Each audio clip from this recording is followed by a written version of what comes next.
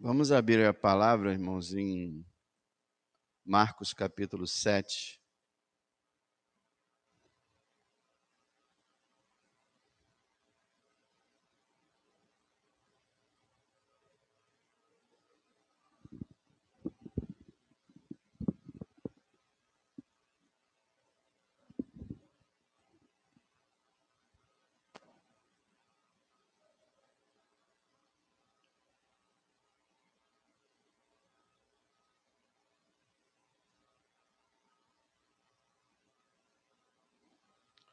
Marcos capítulo 7,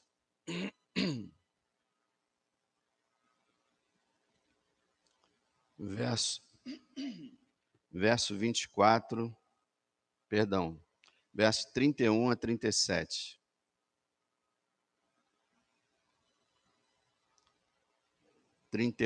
A 37. E ele, tornando a sair dos territórios de Tiro e de Sidom, foi até o mar da Galileia, pelos confins de Decápolis. Trouxeram-lhe um surdo que falava dificilmente e rogaram-lhe que impusesse as mãos sobre ele. E tirando-o à parte de entre a multidão, pôs-lhe os dedos nos ouvidos e, cuspindo, tocou-lhe na língua.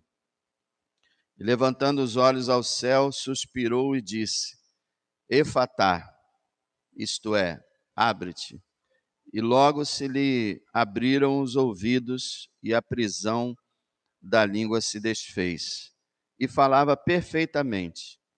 E ordenou-lhes que a ninguém o dissessem, mas quanto mais lhe proibia, tanto mais o divulgavam.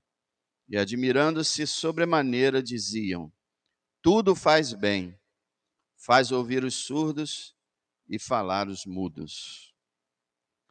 Meus irmãos, o contexto dessa passagem, ele fala sobre muita gente. Você pode ver esse Mateus capítulo 15, que é dentro do contexto da segunda multiplicação de pães e peixes.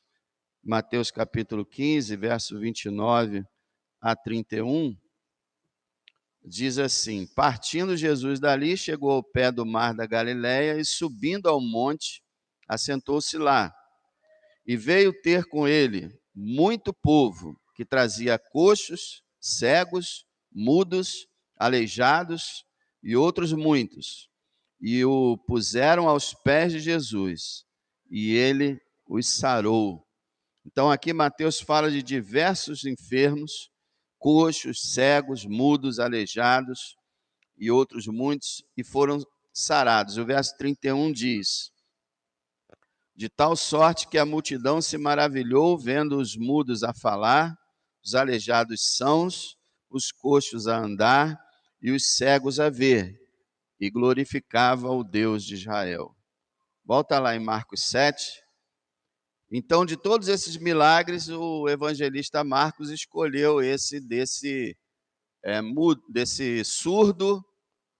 Não que ele era mudo totalmente, mas era um surdo que tinha grande dificuldade de falar. Sua fala era muito complicada, talvez até por causa da sua surdez. Quando a pessoa não ouve nada, ela não tem como analisar a fala dela, não tem como falar direito. Então, era esse homem. E você nota no verso 31 de Marcos 7, 31, diz assim: Ele, tornando a sair dos territórios de Tiro e de Sidom, foi até o mar da Galileia, pelos confins de Decápolis. Lembra de Decápolis? As 10 cidades gentias ali próxima à Galileia. Decápolis é onde morava o gadareno, lembra? Que tinha uma legião de demônios, que foi libertado, e aí o povo daquela cidade pediu para Jesus ir embora, lembra? Jesus entrou no barco e foi embora, mas nós vemos a misericórdia e a bondade de Deus, porque ele voltou.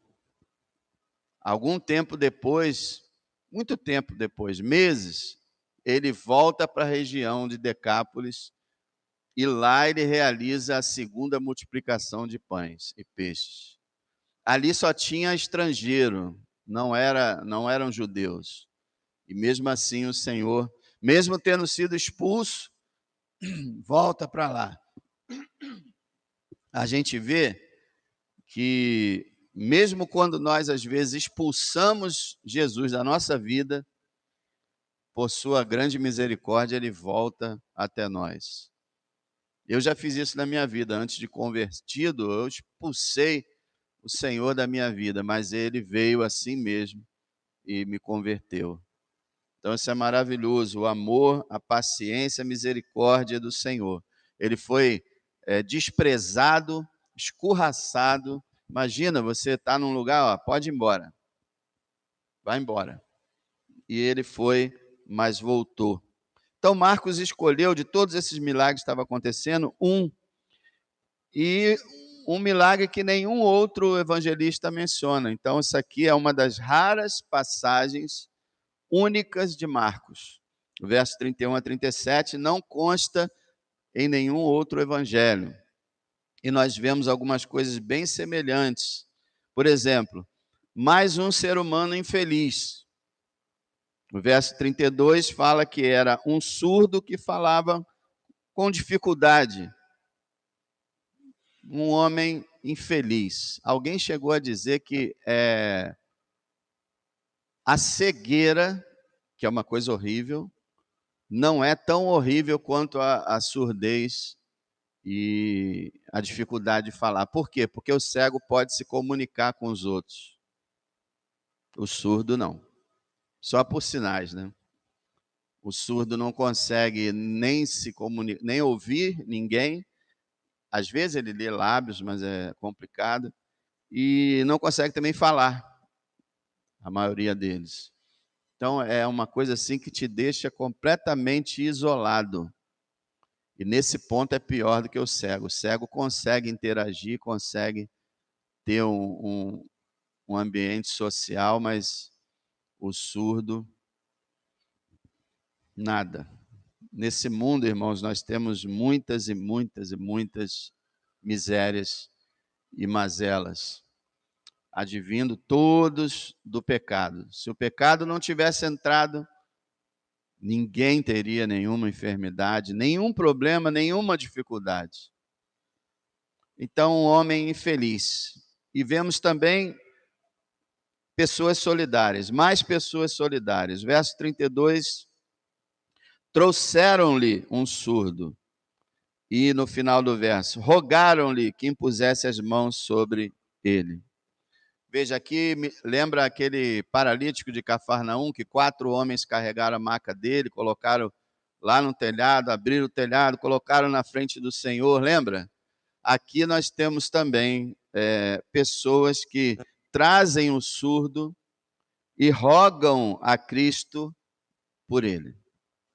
Então eles levam o surdo a Cristo e intercedem para que Cristo os cure. É uma imagem do que nós devemos ser hoje, levar as pessoas a Cristo e pedir a Cristo que as salve. Como é que você leva uma pessoa para Cristo, né? Falando dele, contando a história do Evangelho, falando da salvação, falando da palavra. Você está levando uma pessoa a Cristo. É como se você estivesse apresentando. Você, quando está apresentando, você não fala, esse aqui é fulano de tal, que mora não sei aonde, fez isso aqui, fez aquilo ali. Então você chega para uma pessoa e fala, eu quero falar com você a respeito de Jesus. Você está apresentando a pessoa a Cristo. Então você faz isso e intercede.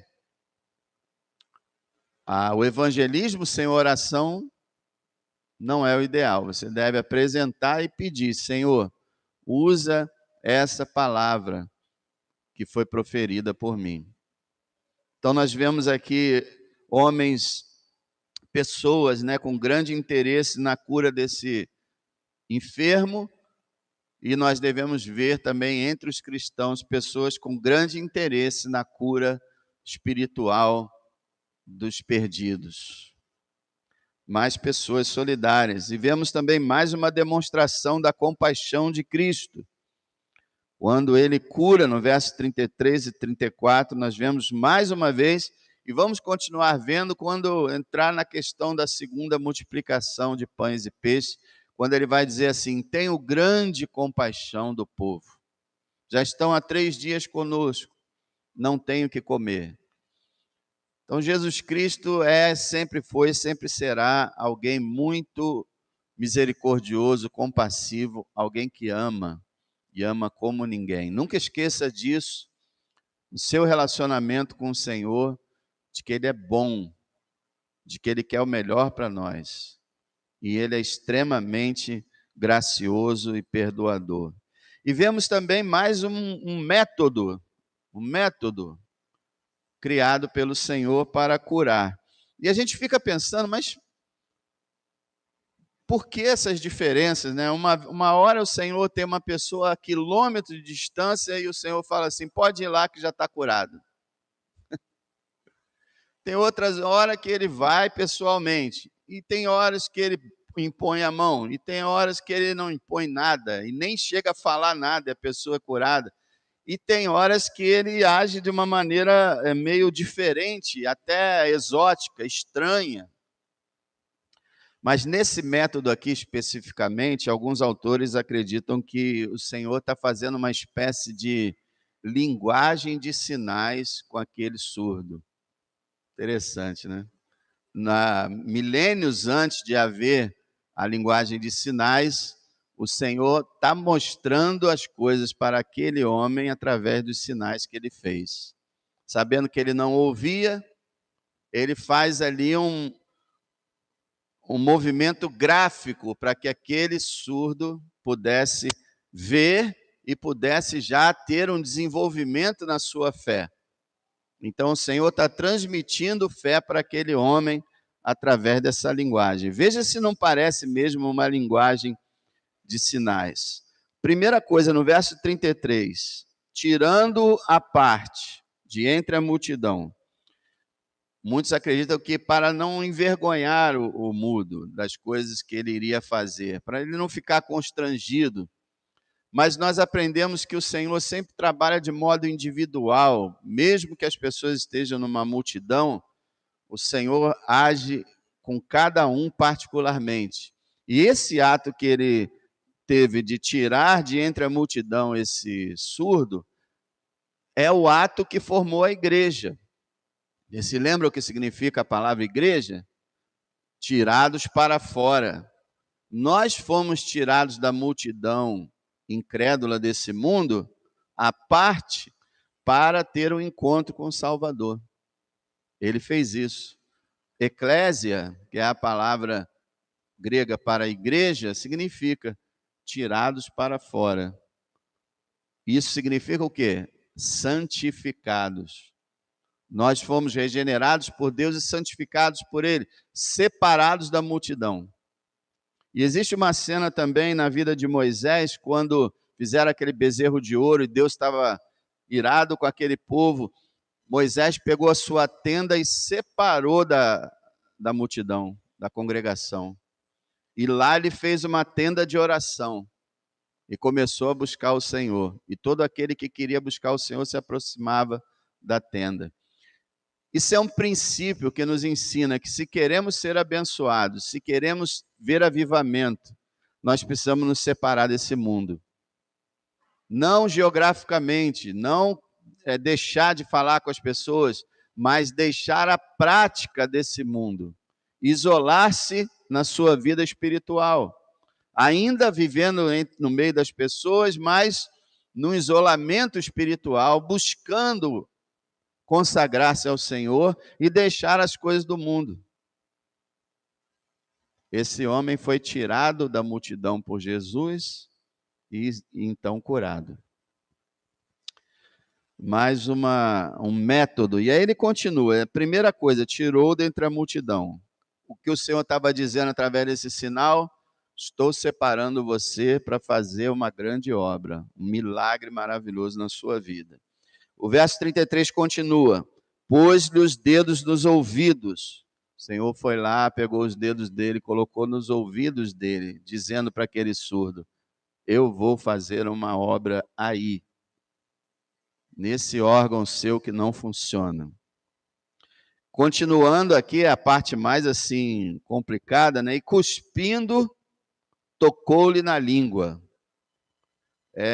O Senhor também usou seu cuspe quando ele curou aquele cego de nascença, em João 9, que ele cuspiu na terra, fez uma lama e botou nos olhos dele. Aqui ele provavelmente cospe no dedo e pega o seu dedo e toca na língua daquele homem. Está dizendo, eu vou fazer uma obra aí nessa língua. Está fazendo a linguagem de sinais para aquele surdo. Eu vou operar nesse ouvido. Eu vou agir nessa língua. E, continuando aqui no verso 34, levantando os olhos ao céu. Isso era um costume do Senhor. E até os judeus mesmo tinham esse costume, levantar as mãos, levantar os olhos ao céu e orar. Tem nada de errado com isso, tá? A Bíblia não fala que... Aliás, a Bíblia não tem mandamento para orar de olho fechado. Não tem. A gente que costuma fazer assim. E se você quiser estar de olhos abertos e olhando para o céu, olhando para os montes, para as nuvens, para as estrelas à noite, e levantar os seus olhos ao céu e falar com o Senhor, não tem nenhum problema. O Senhor Jesus fazia isso, especialmente quando ele ia orar. E aqui, apesar de que ele fazia sempre isso, mas aqui parece ter o sinal, quando ele olha para o céu, lembra que o surdo está vendo ele. Ele olha para o céu, ele está mandando a mensagem de que o que será feito pelo poder de Deus. E ele continua. Verso 35, verso 34, olhando os olhos para o céu, aí ele suspirou. Ele suspirou também em outras ocasiões. O que é esse suspiro? Compaixão, emoção, amor.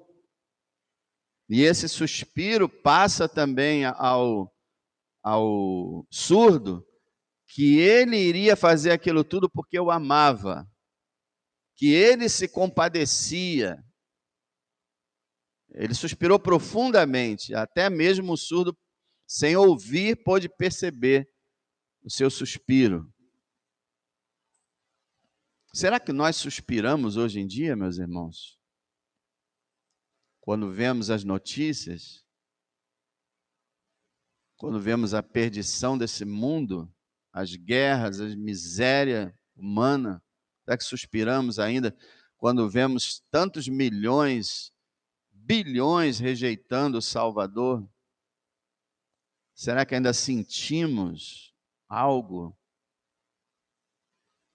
Possamos pensar nisso.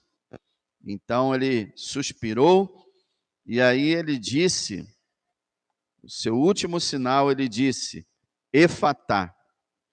Não sabemos se aquele surdo conseguia ler os lábios.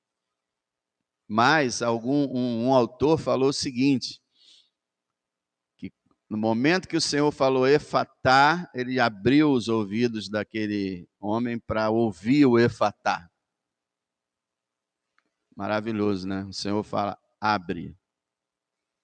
E Deus abre, né, irmãos? Deus abre portas, Deus abre o mar, Deus abre corações, Deus abre tanta coisa, né? Abre os olhos, abre os ouvidos, nós estamos vendo, abre as mentes, Deus abre. Efatá, isso é, abre-te. E aí nós vemos no verso 35, a ordem do Senhor sendo imediatamente obedecida, porque o Criador está falando com a criação. Todos os nossos órgãos, o nosso corpo foi formado pelo Senhor. Então, o verso 35 diz, e logo, lembra do logo? Imediatamente.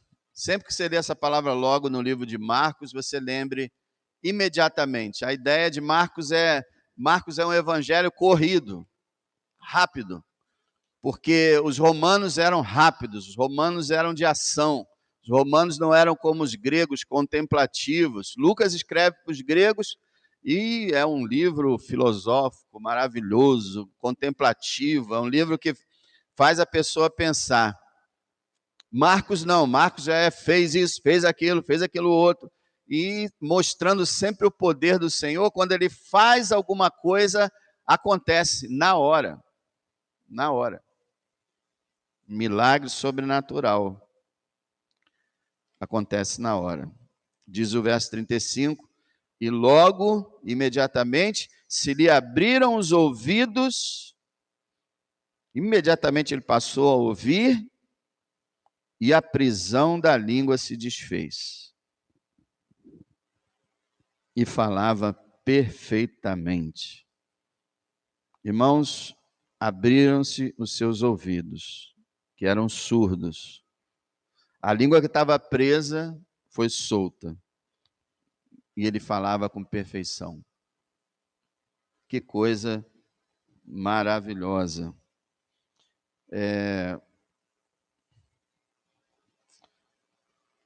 A questão da fala, né? Surdez acabou, qual é o normal? Já é anormal a surdez acabar, mas botou um aparelho, vamos dizer, vai levar um tempo para falar. Vai ter que ir até para fonoaudióloga, para aprender a falar de novo. O Senhor curou os dois, como ele falou, né? Botou o dedo, vou curar aqui, botou o dedo, vou curar aqui. Curou os dois imediatamente. O homem já falava com perfeição e ouvia tudo. O homem que não conseguia falar, falava com muita dificuldade. Mais um método, mais um completo sucesso. Ele falava perfeitamente. Veja, mas também uma ordem descumprida, verso 36. Ordenou-lhes que a ninguém o dissessem, mas quanto mais lhe proibia, tanto mais o divulgavam. Alguns ficam assim perplexos, mas quando chegou em Decápolis, esse mesmo lugar, ele falou para o endemoniado gadareno, o ex-endemoniado, vai para a tua terra, para os teus, e fala todas as coisas que o Senhor te fez. Mas agora ele fala, não fala mais. Provavelmente porque o ministério dele estava acabando na Galileia, praticamente o fim aqui, e ele já se aproximava da sua última ida a Jerusalém, para ser morto e ressuscitado. Então ele já estava mais focando na sua morte, no seu sacrifício, do que nas curas. E ele realmente estava precisando aqui de sossego, de quietude, de separar seus discípulos, de ir para Jerusalém. Então, nesse momento, como várias vezes em Marcos, né? Marcos, várias vezes o Senhor fala, não conte para ninguém. Porque ele não queria fama, ele não queria uma multidão de seguidores para fazê-lo rei. Ele veio para ser rejeitado. Se ele não fosse rejeitado, não haveria salvação. Por isso ele chega na última semana e desmascara os seus inimigos de modo completo, ao encher-lhes de ódio, de raiva e de vir a preparar para matá-lo. A sua morte era o centro de tudo. Então, nesse momento, ele fala, olha, não falem para ninguém. Quem consegue ficar calado diante de uma história dessa? Mas a gente aprende uma coisa, irmãos. Mais importa obedecer do que sacrificar. Foi o que Samuel falou para Saul. É mais importante obedecer, por mais difícil que seja os mandamentos do Senhor. Por mais que a gente não entenda, mas ele mandou fazer uma coisa, a gente faz. Ele proibiu fazer algo, a gente não faz. A gente não deve arrumar justificativa para desobedecer a Deus. A gente pode olhar aqui, eles também olharam na hora, como é que eu vou ficar calado diante de uma coisa dessa? Eu tenho que falar, eu tenho que falar. Sim, esse é o normal, só que o Senhor mandou não falar. Nenhuma ordem do Senhor é fútil Nenhuma ordem do Senhor deve ser ignorada. O que está na palavra é para ser obedecido. Sem discussão. Quando Deus falou para Abraão, Abraão, pega o teu filho e vai lá no monte para sacrificá-lo. Que ordem foi essa, né? Eu creio que na história todinha da Bíblia foi a ordem mais estranha que poderia existir. Mas foi uma ordem de Deus. Abraão não discutiu. Parece que ele nem conversou com a sua mulher. Pegou o filho e foi para sacrificá-lo. Graças ao bom Deus, ele interrompeu aquilo que Abraão ia fazer em obediência. E Deus honrou Abraão de um modo impressionante por ele ter obedecido e não ter negado seu próprio filho, seu filho único naquele momento. Então, irmãos, obedecer é importante. A gente pode dizer assim, mas aqui não tinha problema. Nunca, não tem problema em desobedecer a Deus. Nunca, nunca. Nunca diga, não, isso aqui é nada demais, isso aqui é bobagem, uma coisinha à toa. Nunca diga isso se a palavra ordena claramente. Então, mais uma ordem descumprida e mais uma excelente reação. Nós vemos no verso 37, em primeiro lugar, admiração. E admirando-se sobremaneira, quer dizer, admirando-se muito, muito. E o que é interessante é que admiração não é sinônimo de salvação. Uma pessoa pode ficar extremamente admirada.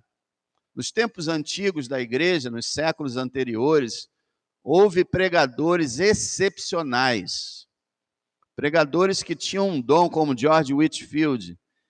O homem era tão eloquente. O que é eloquente? A pessoa que fala bem, que sabe falar bem. Ele falava tão bem que os artistas, as autoridades, até o rei vinha ouvi-lo. E todos se admiravam, todos falavam dele, mas não eram salvos. Só admirar não adianta. Só chorar também não salva. Tem pessoas que também na história da igreja choraram rios na hora da mensagem e não foram salvos. Não é o choro, não é a admiração, é a fé. A fé em Cristo é que salva. Então, primeiro, admiração. Depois, uma precisa conclusão. Verso 37. Admirando-se sobremaneira, diziam: tudo faz bem, faz ouvir os surdos e falar os mudos. E nós vimos em Mateus 15 que ele faz muitas outras coisas. Mas essa conclusão aqui, tudo faz bem. Ela é muito mais ampla do que apenas a qualidade das curas do Senhor, que eram 100%. Irmão, Jesus faz tudo bem. Tudo bem. Ele é perfeito. Ele é santo, ele é sábio. Tudo que ele faz é bom, ele é Deus. Irmão, Deus não faz nada errado. Deus não atrasa. Deus não cansa. Deus não fica ali perplexo, decidindo o que vai fazer. Ele faz tudo bom. Todas as coisas cooperam para o bem daqueles que amam a Deus. Deus nunca peca. Se Deus ou o nosso Senhor fizesse alguma coisa errada, ou alguma coisa que não é boa, que é média, mais ou menos, ele seria um pecador. E ele não é pecador. Deus não peca, Deus não falha, Deus não erra. Jesus faz tudo bem. Que conclusão maravilhosa eles chegaram, né? E que é muito mais ampla do que eles pensam. O Senhor Jesus faz tudo bem. Eu queria que você tivesse isso na sua mente, nas várias horas de dificuldade que você passa, de enfermidade, de luta, de tribulação, de perplexidade. Queria que você pensasse em cada hora dessa e dissesse: Ele faz tudo bem. Discorda, irmão? Não, né? Não encontre defeitos em Jesus. Por favor, não cometa o crime de encontrar defeitos em Jesus. Falhas no Senhor. Ah, mas quando eu mais precisava, Ele não estava comigo. Mentira. Ele estava. Ah, mas eu pedi uma coisa, Ele fez outra, mas Ele fez o melhor. Mas eu não entendo por que a gente tem que passar por tudo isso. Ele sabe. Mas Ele faz tudo bem. É aquela versão de Deus. Qual é aquela frase que usaram no filme? Deus é bom o tempo todo, e o tempo todo Deus é bom. Ele faz tudo bem. Deu para decorar essa frase? Deu, né? Ó, não precisa nem doer, ó, tudo faz bem. Mas aí você bota, Ele faz tudo bem. Olha, nesse caos que está vivendo o mundo, Ele faz tudo bem. Ele sabe por que as coisas acontecem, por que não acontecem. Ele sabe de tudo e governa tudo e dirige tudo para a glória do seu nome e para o bem da sua igreja. Ele faz tudo bem. Louve ao Senhor, sempre dizendo, Ele faz tudo bem. Irmãos, Ele é o nosso Senhor. Agora vamos, cada milagre, em cada passagem, nós temos uma aplicação também espiritual. Ele operou em nós um milagre ainda maior do que naquele surdo. Éramos surdos para o evangelho. Você lembra? Éramos surdos para o evangelho. Não falávamos nada que edificasse. Absolutamente nada. Cristo abriu nossos ouvidos para ouvir a mensagem da salvação. E abriu a nossa boca para levar o Salvador aos perdidos. Éramos surdos mudos, agora ouvimos e falamos. Amém? Ele tocou em nossos ouvidos espirituais. Não entendíamos o evangelho. Não fazia sentido, não tinha nenhuma importância. De repente entendemos, ele foi esclarecido para nós. E nós começamos a compreendê-lo e crer nele. Ele abriu os nossos ouvidos, abriu nosso coração, abriu nossa mente e abriu a nossa boca para falar que só Jesus Cristo salva.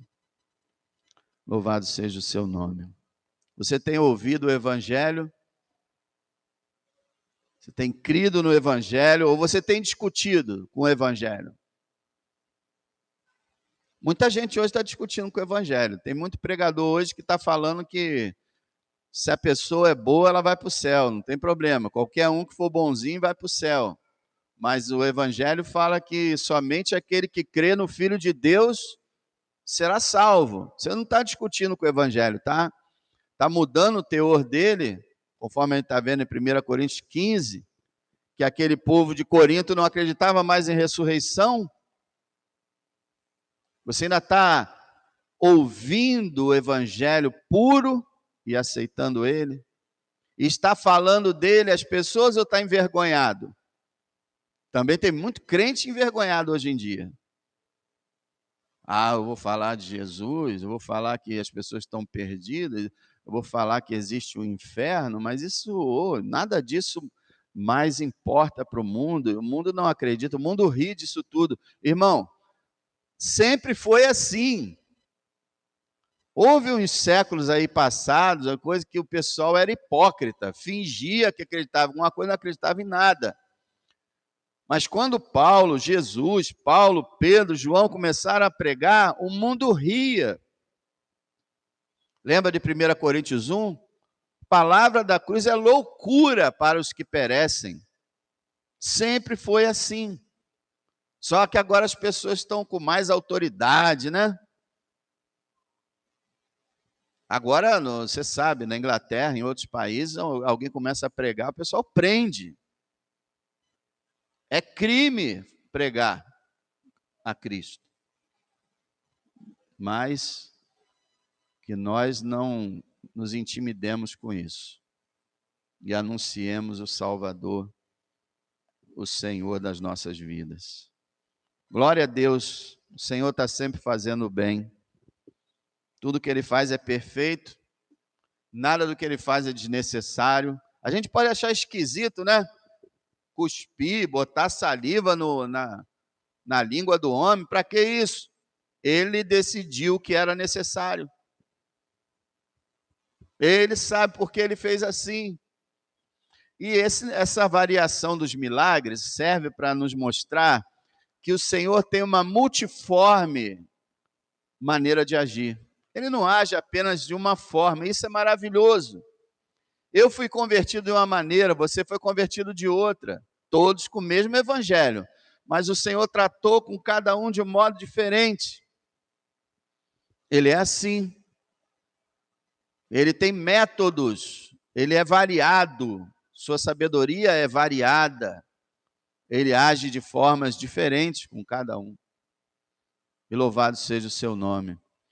Só uma mente criativa poderia criar tantos métodos e maneiras diferentes de agir. Ele é o Criador. Ele sabe o que faz. Que nós possamos honrá-lo, respeitá-lo, adorá-lo, servi-lo e jamais deixar que o inimigo nos tente a falar bobagens a respeito de Jesus. Às vezes eu vejo na igreja moderna muita blasfêmia, muito desrespeito com o Senhor da glória. Nós possamos ter reverência, temor, ficarmos admirados diante dele como aquela multidão e dizermos: olha, ele faz tudo bem. Ele faz o surdo ouvir, o mudo falar, o cego ver, o coxo andar, o morto ressuscitar, o perdido ser salvo. Não há nada de bom que o Senhor não possa fazer. Ele faz tudo bem. Vai para casa, não lembro de nada do que o pastor falou, mas lembro de uma coisa: ele faz tudo bem. Leva para casa, passa a semana pensando sobre isso. Ele faz tudo bem. Mas aconteceram isso e aquilo, e poxa, mas ele faz tudo bem. Na glória vamos entender porque o Senhor fez o que fez, como Ele fez, e muitas outras coisas eu creio que nós entenderemos. Por enquanto, não deixemos a dúvida crescer em nossa mente, mas digamos com a graça de Deus, Ele faz tudo bem. Pai, muito obrigado, Senhor. Muito obrigado porque Tu és um Deus perfeito, o Pai, o Filho, o Espírito Santo, essa bendita Trindade, esse Deus maravilhoso, que não falha, que não erra, que não mente, que não peca, um Deus santo, santo, santo. Glória seja dada ao teu nome. Oramos para que o Senhor continue fazendo o bem entre nós, para que o Senhor continue fazendo tudo bem no meio do seu povo, para que almas sejam salvas, para que crentes sejam fortalecidos, para que famílias vivam na tua presença. Tudo, Senhor, para a tua honra e glória. Em nome de Cristo. Amém.